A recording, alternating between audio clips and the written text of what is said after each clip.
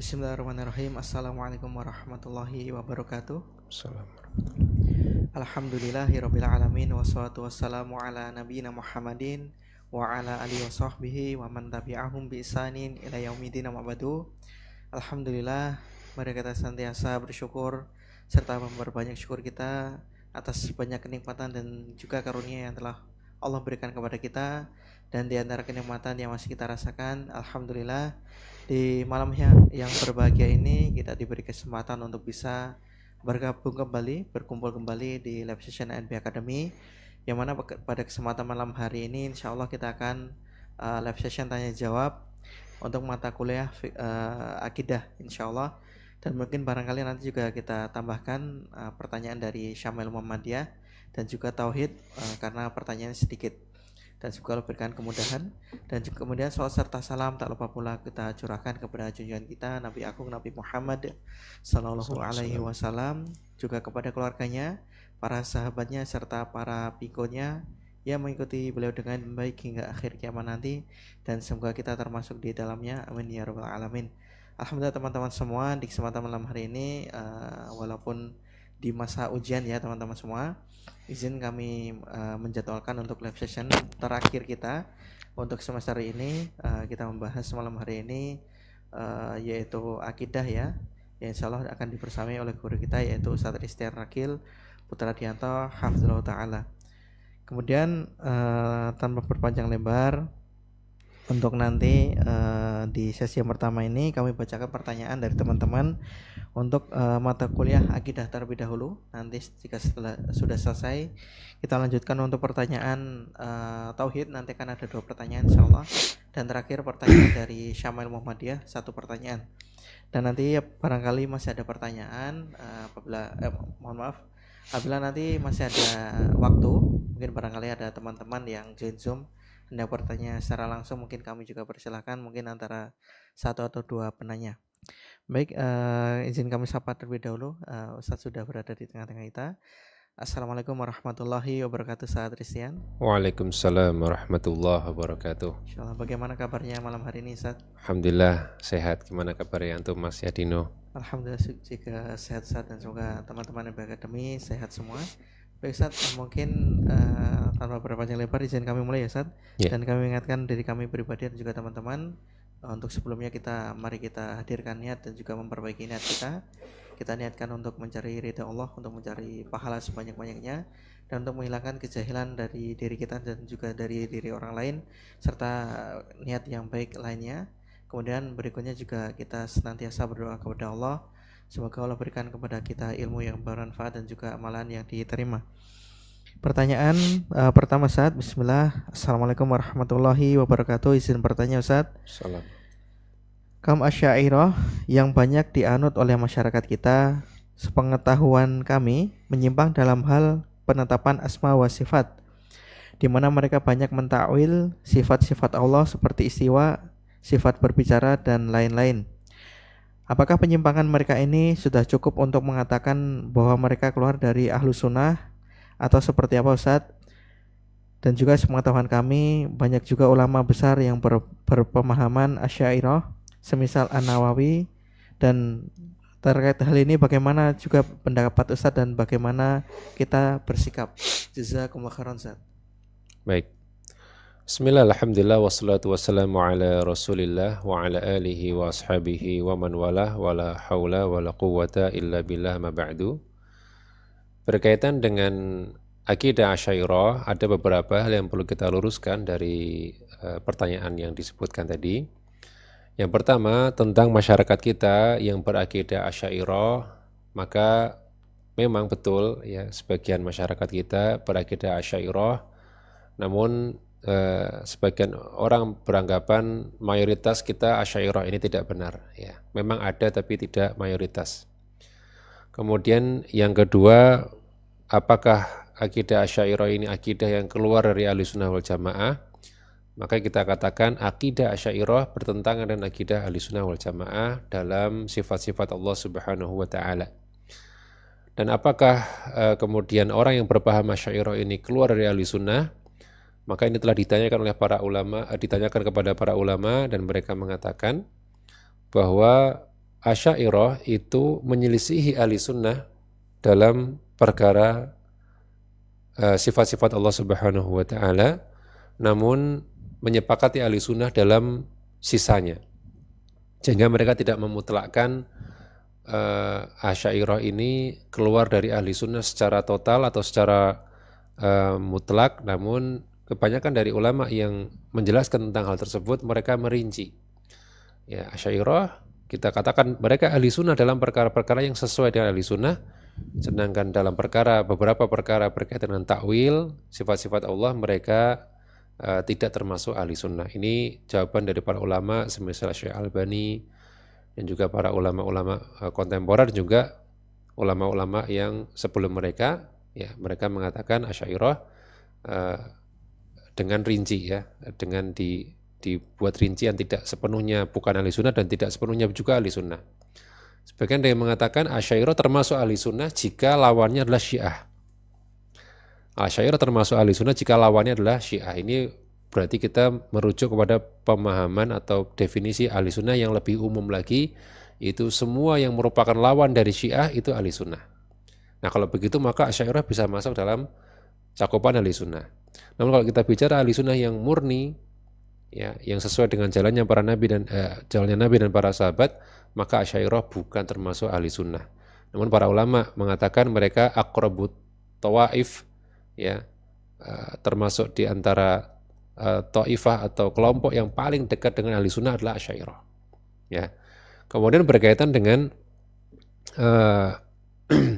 apakah bagaimana dengan Imam Nawawi, ya, dan mungkin juga Ibnu Hajar al-Asqalani dan mungkin ulama-ulama yang diklaim sebagai ulama Asy'ariyah, kita katakan Imam Nawawi bukan Asy'ariyah. Meskipun dalam sebagian pendapat beliau menyepakati Asy'ariyah. Contohnya ya dalam beberapa sifat beliau mentakwil. Ya. Akan tapi dalam banyak hal yang lain beliau membantah Asy'ariyah. Ibnu Hajar juga sama.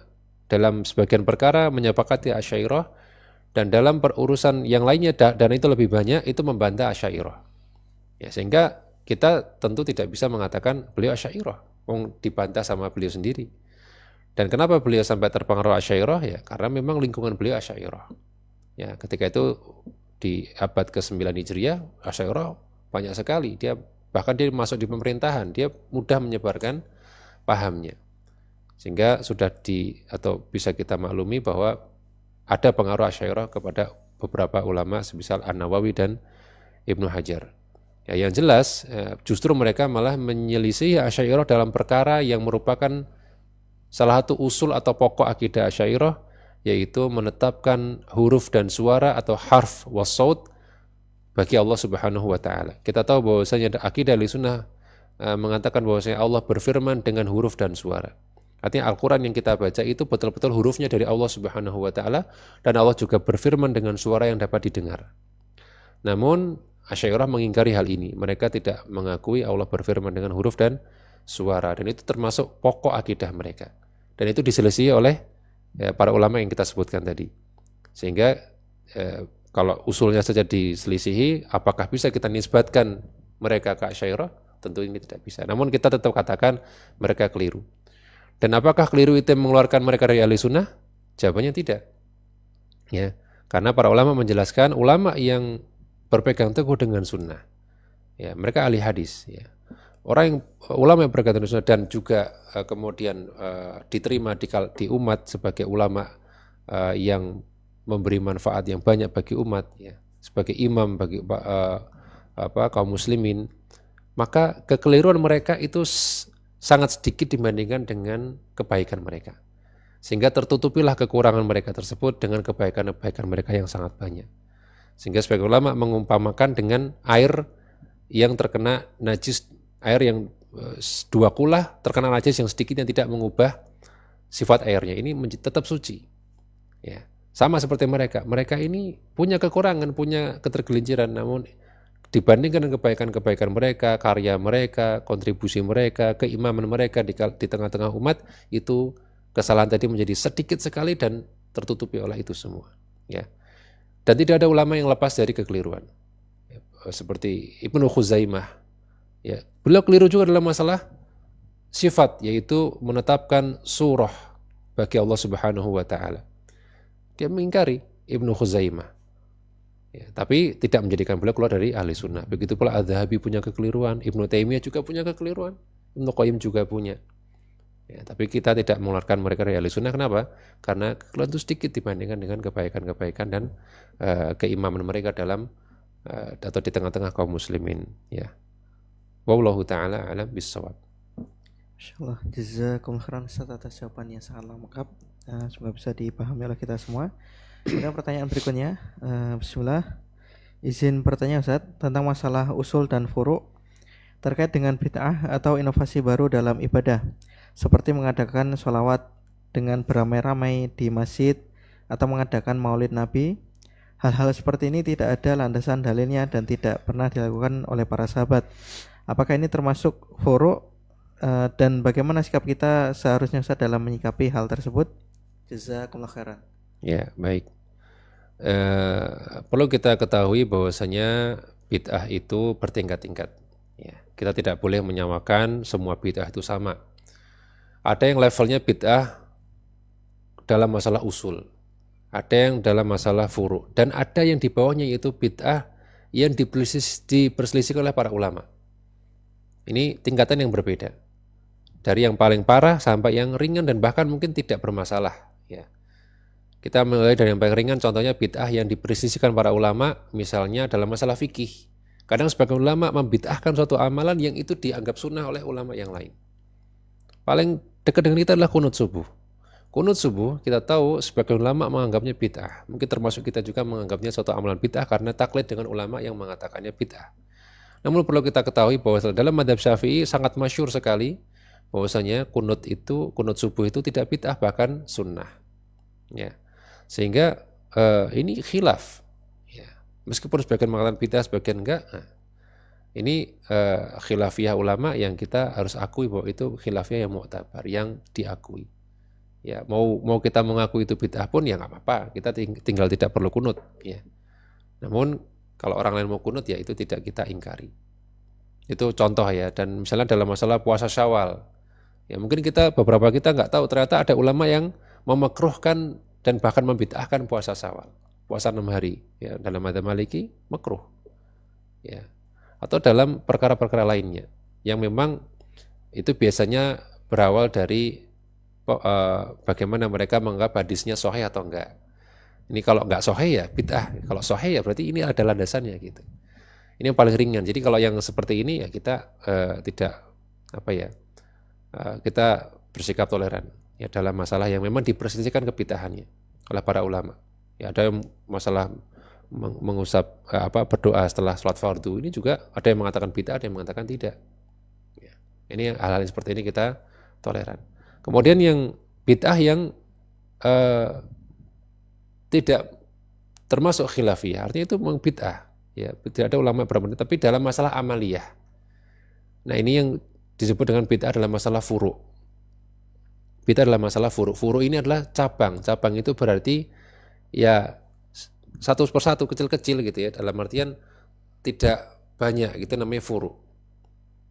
Ya kadang misalnya seperti maulid. Ya. Maulid itu bid'ah dalam masalah furu'. Tapi dia bukan perkara furu'. Ini dibedakan ya. Perkara furu' yang kita toleran bukan. Tapi dia bid'ah. Tapi bid'ah dalam masalah furu'. Ya tetap bid'ah juga, tetap tercela. Tapi dia bid'ah dalam masalah furu'. Yang artinya kalau orang itu dia misalnya dia menjalankan sunnah, ya, dia nggak melakukan bid'ah yang lain, pokoknya dia bid'ahnya cuma maulid aja itu misalnya dia. Nah itu kita tidak boleh vonis dia sebagai ahlul bid'ah. Kenapa? Karena bid'ahnya dalam masalah amaliyah, ya, dan dia boleh jadi tergelincir dalam masalah tersebut. Ini namanya tergelincir. Ya, dan dalam masalah dia tidak bid'ah, tidak berbuat bid'ah, dia cuma itu aja. Nah itu namanya furu', cabang. Ya. Nah yang berarti itu kalau masalah usul. Masalah usul ini berarti usul itu artinya pokok. Pokok itu yang punya cabang-cabang yang banyak, itu namanya pokok. Ya, kita selalu ingat usul itu adalah sesuatu yang punya cabang, yaitu furu'. Kalau cuma furu' per furu', 1, 2 itu furu', ya, itu ringan. Tapi kalau usul itu yang berat. Contohnya apa? Orang yang meyakini bahwasanya kita boleh berinovasi dalam ibadah itu bid'ah dalam masalah usul. Kenapa? Karena dengan pemahaman semacam itu berarti berarti kita boleh ini, boleh itu, boleh berbuat ini, boleh mengada-adakan perkara baru ini, boleh beribadah dengan metode baru ini. Menjadi banyak dia cabang-cabangnya. Itu namanya usul. Ya. Jadi usul lebih kepada kaidah yang dia pegang yang menyebabkan dia menjadi banyak berbuat bid'ah. Itu berat, bid'ah dalam masalah usul. Ya, orang yang meyakini adanya bid'ah hasanah itu usul. Kenapa? Karena dengan dia meyakini ada bid'ah hasanah berarti ini boleh, ini boleh, ini boleh. Jadi nggak cuma maulid lagi nanti. Maulid, yasinan apa semua dibolehin karena apa? Hasanah. Ya, maka bedakan antara yang punya prinsip kaidah seperti itu yang menjadikan dia banyak berbuat bid'ah dengan orang yang cuma terjerumus dalam satu atau dua bid'ah. Tapi secara usul dia meyakini bahwasanya tidak boleh berbuat bid'ah. Ya, dapat dipahami ya. Ini yang harus kita pahami. Nah, ada yang lebih parah lagi yaitu bid'ah yang sifatnya bid'ah akidah. Ini yang ada namanya Mu'tazilah, Khawarij, Syiah, itu semua bid'ah akidah. Keyakinan-keyakinan yang ada setelah zaman Nabi SAW itu yang menjadikan seorang keluar dari ahli sunnah wal jamaah, yaitu ketika bid'ahnya bid'ah akidah. Ya. Bahkan ada yang sampai mengeluarkan seorang dari Islam ketika bid'ahnya bid'ah yang mukaffirah seperti Jahmiyah dan yang semisalnya, ya Qadariyah yang ekstrim itu juga mengeluarkan seorang dari Islam, bahkan bukan cuma dari ahli sunnah wal jamaah. Jadi kembali ke pertanyaan tadi, apakah kemudian termasuk furu'? Ya, bid'ah dalam masalah furu'. Dia bid'ah, tapi furu', ya artinya bid'ah amaliyah yang tidak separah bid'ah usul, apalagi bid'ah yang sifatnya aqdiyah atau sifatnya keyakinan. Itu kalau yang itu parah ya. Kalau yang ini ya termasuk bid'ah namun tidak separah yang usul. Wallahu a'lam bishawab. Baik Ustaz, jazakumullah khairan atas jawabannya. Kemudian pertanyaan berikutnya, bismillah, izin bertanya Ustaz, apakah kaum Syiah itu kafir Ustaz? Mohon penjelasannya, jazakumullah khairan. Ya. Syiah ini banyak jenisnya. Ya, ada Syiah Rafidhah, ada Syiah Ismailiyah, ada Syiah Zaidiyah, ada Syiah macam-macam ya. Namun anggap aja pertanyaannya adalah Syiah Rafidhah, yang ini yang populer dan paling banyak juga yang di Indonesia ya, dan juga di Iran. Syiah Rafidhah, Syiah Itsna Asyariyah ya. Maka Syiah Rafidhah ini pun ulama tidak menyamaratakan hukumnya bagi setiap penganutnya. Kalau kita lihat Ibnu Taimiyah sendiri yang menulis kitab Minhajus Sunnah An-Nabawiyah untuk membantah Syiah salah satunya, ternyata beliau sendiri merinci hukum dari orang yang berakidah Syiah. Kalau dia orang awam yang baru terpengaruh, yang dia tidak mendalam Syiahnya, dia mungkin sudah mulai terpengaruh, misalnya ada dia mengatakan Muawiyah misalnya, atau harusnya Ali yang duluan jadi khalifah misalnya. Tapi dia tidak mengkafirkan sahabat, dia tidak dia pun tidak mengkafirkan Muawiyah, mungkin dia cuma dalam masalah, ya bukan cuma ya, kalau mencela sahabat itu berat, tapi kita katakan cuma ini dibandingkan dengan yang mengkafirkan ya. Dia hanya mungkin ya seperti mencela Muawiyah ya, naudzubillah, nggak boleh, tapi kita katakan kalau sekedar itu ya, mencela Muawiyah atau sebagian sahabat tapi tidak mengkafirkan sahabat, maka dia tidak dikafirkan. Karena kalau dia meyakini keadilan sahabat dan meyakini sebagian sahabat itu kemudian misalnya dianggap salah, dia cela, itu tidak sampai membuatnya keluar dari Islam. Dan yang seperti itu ada di Indonesia ya. Kalau kita kadang ngobrol-ngobrol sama orang, nggak taunya dia ternyata misalnya mencela Muawiyah. Itu dosa, nggak boleh, haram mencela sahabat. Tapi tidak sampai kafir. Ya. Karena ada juga yang Syiah yang sudah saking mendalamnya Syiahnya, para ulamanya, yang mereka meyakini Al-Quran yang sekarang itu sebagiannya hilang. Yang asli itu seperti 3 kali lebih tebal misalnya. Atau mengkafirkan para sahabat dan tidak memedulikan ayat tentang keadilan para sahabat misalnya. Ayat seperti ini kafir. Ya. Jadi kembali kepada masing-masing ya, tidak kita samakan. Walaupun orang ini sudah kita katakan Syiah Rafidhah, kenapa mencela sahabat? Tapi kafir atau enggaknya jangan buru-buru dulu, kita pastikan akidahnya seperti apa, dan kalau perlu kita tegakkan hujjah. Ya, kita kasih tahu, kita debat dia kalau misalnya memang dia perlu didebat dan kita mampu untuk mendebatnya, kita nasihati, kita debat. Tapi kalau untuk mengkafirkan langsung ini harus ada rinciannya. Wallahu taala alam bisawab. Bisa jazakum khairan atas jawabannya. Kemudian pertanyaan berikutnya. Bismillah, izin bertanya Ustaz. Bagaimana caranya mengimani sepenuhnya terhadap sesuatu yang kita belum memiliki pengetahuan akan hal itu, selain yang telah diceritakan dalam Al-Quran? Misalkan saja tentang kisah-kisah yang terjadi di masa lalu. Mohon arahnya Ustaz, jazakumullah khairan. Ya, yang patut diimani itu hanya yang diceritakan dalam Al-Quran dan Sunnah yang sahih. Ya, jadi kalau di luar itu nggak ada kewajiban mengimani. Ya, bahkan dalam hadis disebutkan Nabi SAW melarang kita untuk mempercayai kisah-kisah Israiliyat. Israel itu kisah-kisah Bani Israel. Yang itu kata Nabi, jangan kau dustakan, jangan juga kau benarkan. Jadi itu bisa benar, bisa salah. Kalian nggak tahu benar atau salahnya.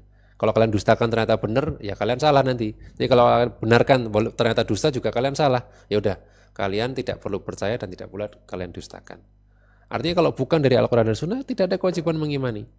Ya, tapi kalau itu dari Al-Quran, ya wajib diimani. Kalau itu dari Sunnah dan itu sahih, juga wajib diimani. Ada kisah-kisah yang disebutkan Nabi dalam hadis, ya kisah misalnya kisah yang lebih detail tentang Nabi Khadir dan Nabi Musa. Itu dalam Al-Quran ada, dalam hadis juga ada. Kemudian kisah misalnya penghuni gua tiga orang yang berlindung di gua yang dia bertawasul dengan amal soleh kemudian keluar, itu kan Nabi cerita kisah Ashabul Ukhdud. Kalau dalam Al-Quran cuma disebutkan Ashabul Ukhdud, namun dalam hadis diceritakan lebih detail tentang Ashabul Ukhdud, ya, orang yang dilempar ke parit. Ini kita harus percaya, wajib. Kenapa? Sunnahnya sahih, hadisnya sahih. Ya.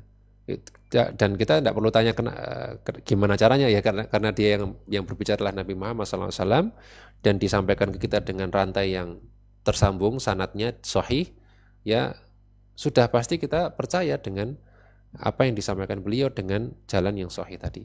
Ya, karena Nabi la yantiqu anil hawa in huwa illa wahyu yuha. Nabi tidak berkata sesuai nafsu, namun yang beliau katakan itu adalah apa yang diwahyukan kepada beliau. Ya, jadi kisah-kisah yang kalau Anda mau percaya, ya pastikan tentunya tingkat kepercayaan itu nanti tergantung pada bukti, kan gitu ya. Misalnya kisah apa, misalnya kisah apa ya, ya contohnya kalau ada prasastinya atau ada bukti, ya silakan percaya. Ya, kita percaya secara ilmiah bahwa itu ada buktinya. Tapi kalau yang tidak ada buktinya, ya tidak ada kewajiban untuk percaya. Ya. Hanya wajib percaya kalau itu diceritakan Al-Quran dan juga Nabi SAW melalui hadis-hadis yang sahih. Wallahu a'lam bishawab. Jazakumullah khairan atas jawabannya. Kemudian pertanyaan berikutnya. Bismillah, izin bertanya Ustaz. Bagaimana kondisi idealnya jika benar diketahui bahwa yang seorang anut itu adalah aliran sesat, seperti meyakini bahwa imam adalah penjamin surga seseorang dan di luar golongannya adalah kafir. Dan dengan kondisi sudah berkeluarga, yang mana ketika sudah berani menyatakan untuk hijrah, maka akan dipaksa untuk cerai dan diasingkan dari keluarga. Pertanyaannya apa? Bagaimana sikap yang benar? Berarti mungkin bagaimana sikap kita yang benar, Zat? Ketika kita sepertinya curhatan, Zat. Seorang istri mungkin, ya. Kemungkinan besar seorang istri yang suaminya ikut aliran sesat, dan dia yang meyakini hal tersebut, gitu ya. Betul, baik. Zat. Baik, seorang suami yang kemudian terjatuh dalam pemahaman sesat, ya diantaranya pemahaman misalnya kalau nggak baiat sama imam kita atau imam yang dia anggap sebagai imam, kemudian berarti kafir, ya itu pemahaman khawarij tentunya, pemahaman khawarij, ya, yang apa namanya di luar kelompoknya kafir, begitu ya. Dan itu menurut para ulama khawarij itu tidak kafir. Sehingga sang suami ini kalaupun punya pemahaman satu, dia juga tidak kafir. Kalau punya pemahaman semacam itu, dia sesat namun dia tidak kafir. Ya. Kemudian bagaimana jika kalau nggak ikut? Ya nggak boleh ikut. Ya. Nggak boleh, sebagai seorang istri nggak boleh mentaati suami dalam urusan yang semacam itu akidah yang akidah itu tidak ada gantinya ya, tidak ada kemudian dia menjadi diberikan uzur karena dia enggak ada dalam masalah ini, dia eh, tidak ada uzur untuk mengikuti suaminya ya, walaupun diancam cerai dan seterusnya ya. Yang tentu yang perlu dilakukan ya berusaha menyadarkan suami ini ya, kita cari cara bagaimana caranya supaya suami ini disadarkan gitu ya, mungkin melalui kita konsultasi dengan orang yang bisa menasihati suaminya ini, atau mungkin kita bisa ke kantor Kementerian Agama untuk mungkin mencari orang yang bisa memberi penyuluhan atau semisalnya ya. Yang penting kita tidak ikut dengan suami yang akidahnya menyimpang seperti ini ya. Mudah-mudahan Allah berikan jalan keluar ya, bagi penanya, seandainya memang penanya ini yang mengalami hal tersebut ya. Allah a'lam bishawab. Baik Ustaz, jazakumullah khairan atas jawabannya. Kemudian kita lanjut untuk pertanyaan berikutnya Ustaz. Bismillah, izin bertanya Ustaz.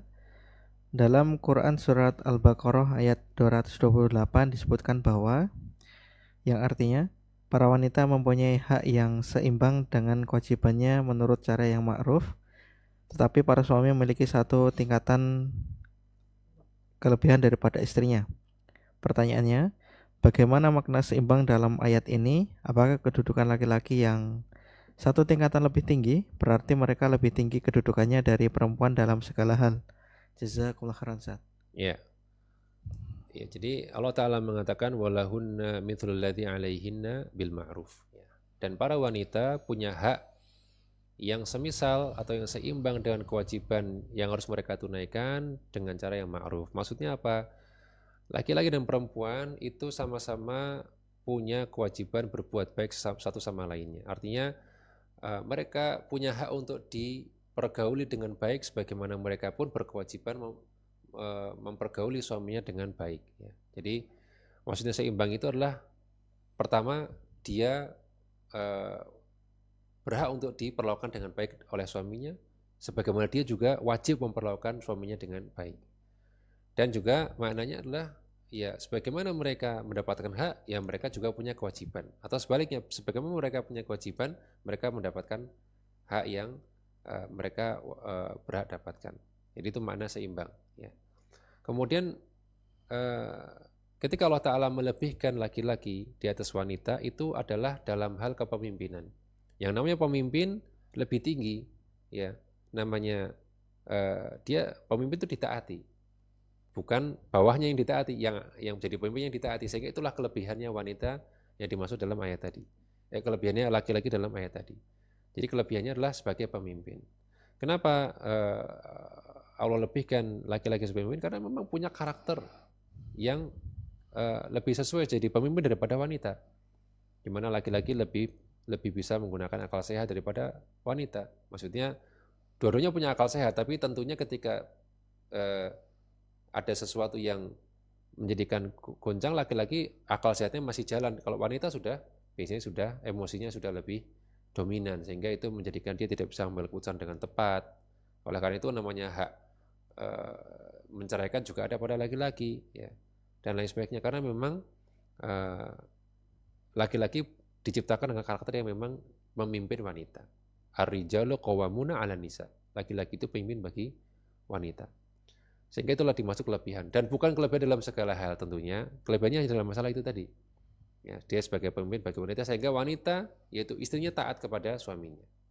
Ya, dan bukan sebaliknya, bukan suami yang taat kepada istri, apalagi ikatan suami takut istri, ya itu enggak ya. Harusnya istri yang taat kepada suami, karena Allah telah melebihkan suami sebagai pemimpin bagi istri.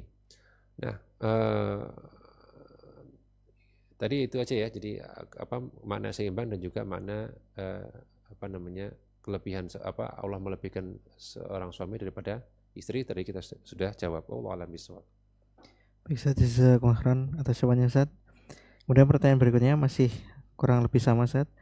Mengapa hak suami atas istri begitu besar? Jazakumullah khairan Ustaz. Ya. Tentunya yang pertama karena suami itu adalah tanggung jawabnya lebih besar. Ya, dia mencari nafkah bagi istrinya, ya, bagi nggak cuma dirinya, dia bagikan nafkah itu juga untuk istrinya. Kemudian juga dia punya tanggung jawab juga untuk mendidik istrinya dan juga anak-anaknya. Ya. Kata Allah dalam Al-Quran, ya alladzina amanu, ya qu anfusakum wa ahlikum nar. Ini ditujukan kepada para bapak, para kepala keluarga. Wahai orang yang beriman, jagalah dirimu dan keluargamu dari api neraka. Itu kewajiban yang berat. Ya, selain nafkah juga kewajiban yang berat, menjaga dari api neraka juga kewajiban yang berat.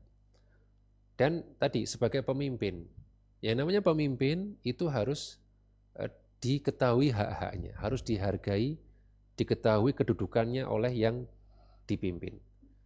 Ketika seorang yang dipimpin itu mengetahui hak-hak dan besarnya kedudukan orang yang memimpinnya, maka itu akan menjadikannya menjadi lebih taat kepada yang memimpinnya, taat kepada pemimpin. Oleh karena itu, ya, Nabi SAW menekankan dalam hadis tentang ketaatan kepada suami. Ya. Sampai Nabi mengatakan, "Lau kuntu amiron, kalau aku boleh memerintahkan seorang untuk sujud kepada sesama makhluk, aku akan perintahkan wanita sujud kepada suaminya." Karena saking besarnya hak suami, supaya wanita tahu betapa besar hak suami dan betapa besar kebaikan suami kepadanya, kepada si istri ini. Dan Nabi juga mengingatkan dalam hadis tentang penghuni neraka yang paling banyak wanita. Kenapa? Karena mereka banyak melanat dan juga apa? Wa takfurnal ashir. Kalian tuh suka mengingkari kebaikan suami. Nah, ini yang kemudian Nabi menjelaskan kepada kita dan juga terutama para wanita tentang besarnya hak suami. Sebetulnya kalau masalah bicara hak kewajiban, sama-sama punya kewajiban. Tapi ketika kita pahami bahwa suami ini punya kedudukan yang penting dalam rumah tangga, sehingga syariat betul-betul menekankan tentang besarnya hak suami dibandingkan istrinya. Wallahu a'lam bishawab. Baik Ustaz, jazakumullah khairan atas jawabannya. Kemudian kita lanjut untuk pertanyaan tauhid Ustaz. Ya. Izin kami bacakan. Bismillah, izin bertanya Ustaz. Jika seorang bernazar, apabila saya Ustaz, izin kami ulangi. Jika seorang bernazar, jika sehat saya tidak akan berbohong lagi. Tetapi ternyata dia berbohong lagi. Apakah harus membayar kafaroh? Dan apakah boleh memilih kafaroh yang paling mudah dilakukan jika dirasa mampu melakukan semua jenis kafaroh? Jazakumullah khairan Ustaz. Baik.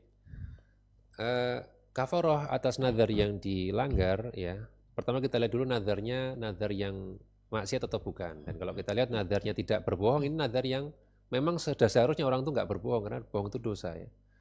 Sehingga kalau dia nazarnya nazar yang tidak maksiat, yaitu untuk tidak berbohong, berarti nazarnya nazar yang tidak maksiat sehingga wajib dilaksanakan. Ya. Dan kalau dia ternyata dia bohong, berarti dia melanggar nazarnya. Ya, berarti wajib kafaroh. Wajib membayar kafaroh. Kafarohnya memberi makan 10 miskin, atau memberi pakaian 10 miskin, atau membebaskan budak. Dan itu sifatnya takhir, memilih mana yang paling memudahkan baginya. Jika boleh nanti memilih apakah mau memberi baju dengan ke 10 orang miskin yang berbeda, atau memberi makan. Itu biasanya yang lebih mudah. Ya. Karena kalau membebaskan budak ini sudah nggak ada. Mungkin nanti di akhir zaman baru bisa, ya. Itu. Wallahu a'lam bishawab. Baik Ustaz, jazakumullah khairan. Kemudian pertanyaan berikutnya. Izin bertanya Ustaz, kita dilarang berdoa dengan menyebutkan jika engkau menghendaki.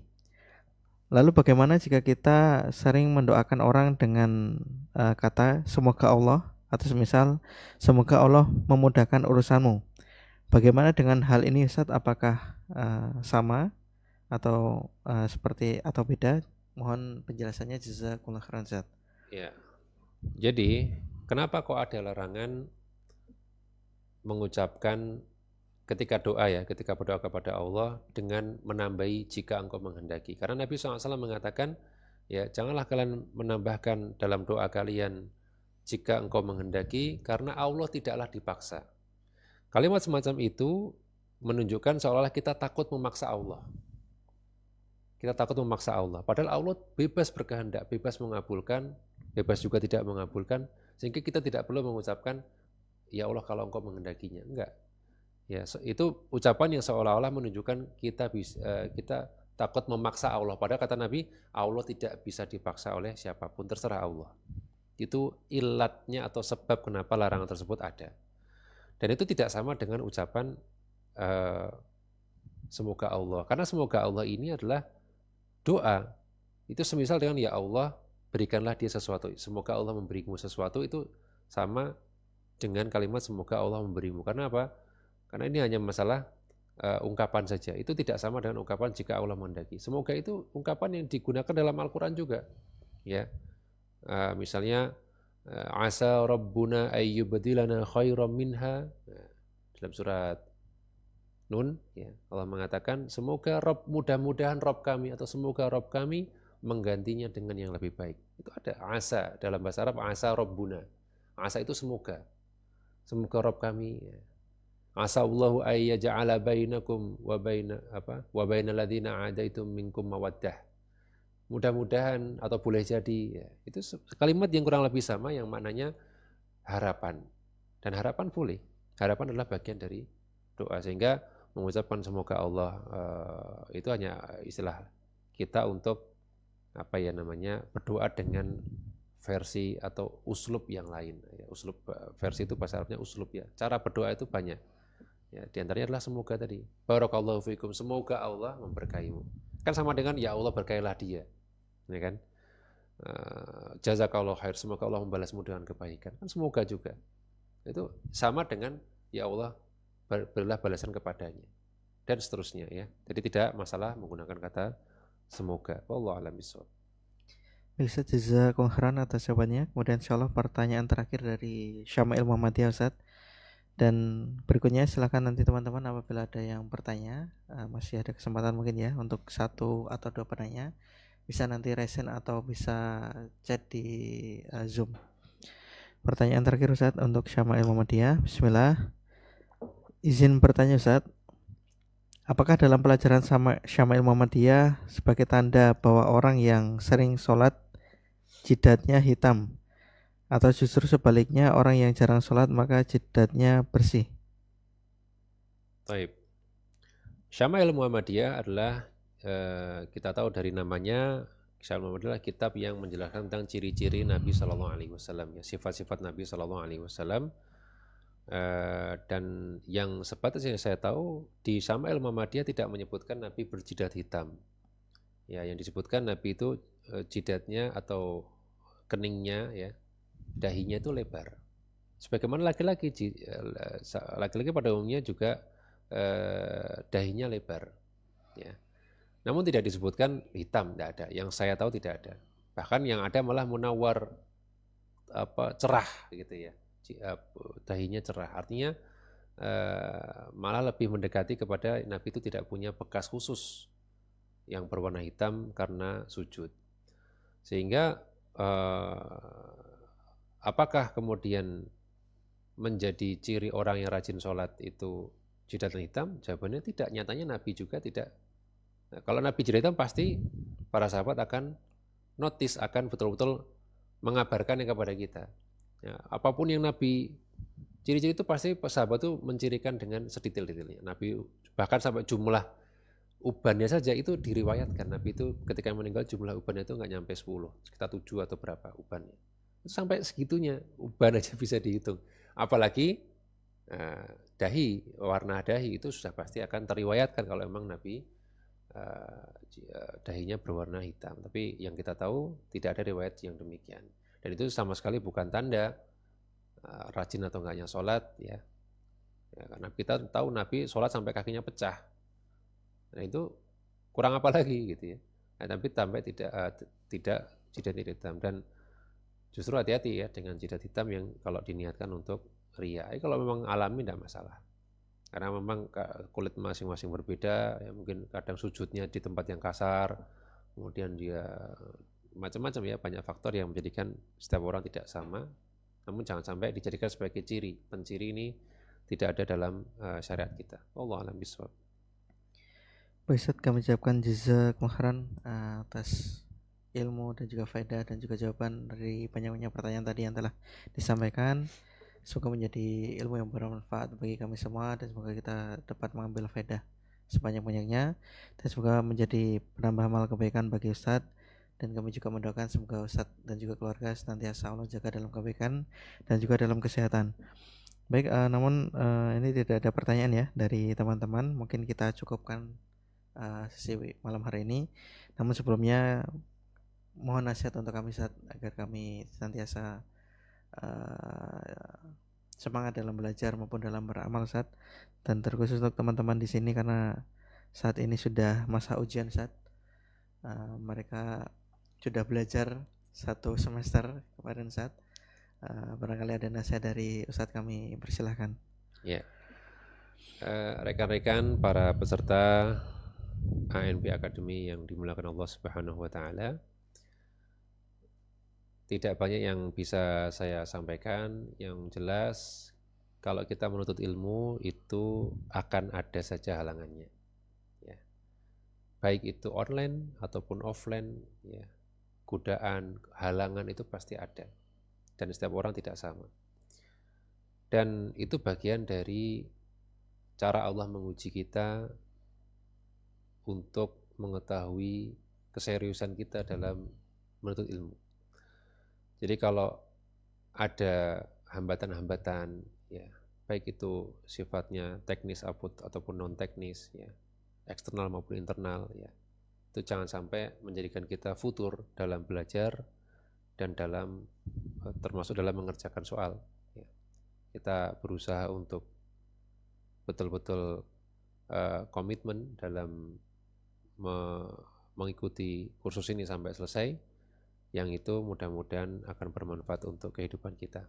Ya, mudah-mudahan Allah mencatat setiap usaha teman-teman rekan-rekan sekalian dalam belajar. Mudah-mudahan Allah berikan keistiqomahan kepada teman-teman dan juga kepada saya, kepada kita semua. Amin ya rabbal alamin. Jadi saya cukup. Subhanakallahumma bihamdika asyhadu an la ilaha illa anta astaghfiruka wa atubu ilaik. Assalamualaikum warahmatullahi wabarakatuh. Waalaikumsalam warahmatullahi wabarakatuh. Baik, kami ucapkan jazakumullah khairan atas nasihat untuk kami Ustadz. Semoga benar-benar menancap di hati kami semua, dan Allah mudahkan kita untuk kemudian nanti belajar maupun dalam mengamalkan ilmu yang telah kita dapatkan. Baik, teman-teman, cukup sekian pertemuan kita malam hari ini. Sekali lagi kami ucapkan jazakumullah khairan kepada Ustadz Christian. Kemudian juga kami ucapkan jazakumullah khairan kepada teman-teman yang sudah hadir pada kesempatan Zoom malam hari ini. Semoga kita senantiasa jaga dalam kesehatan juga kebaikan. Mari kita tutup acara malam hari ini dengan membaca doa kafaratul majelis. Subhanakallahumma bihamdika asyhadu an la ilaha illa anta astaghfiruka wa atubu ilaik. Demikian kami selaku MC mohon maaf apabila terdapat sedikit maupun banyakkan kesalahan dalam memandu acara malam hari ini. Izin kami tutup. Wassallallahu ala nabiyina Muhammadin wa ala alihi wasahbihi wasallam. Assalamualaikum warahmatullahi wabarakatuh.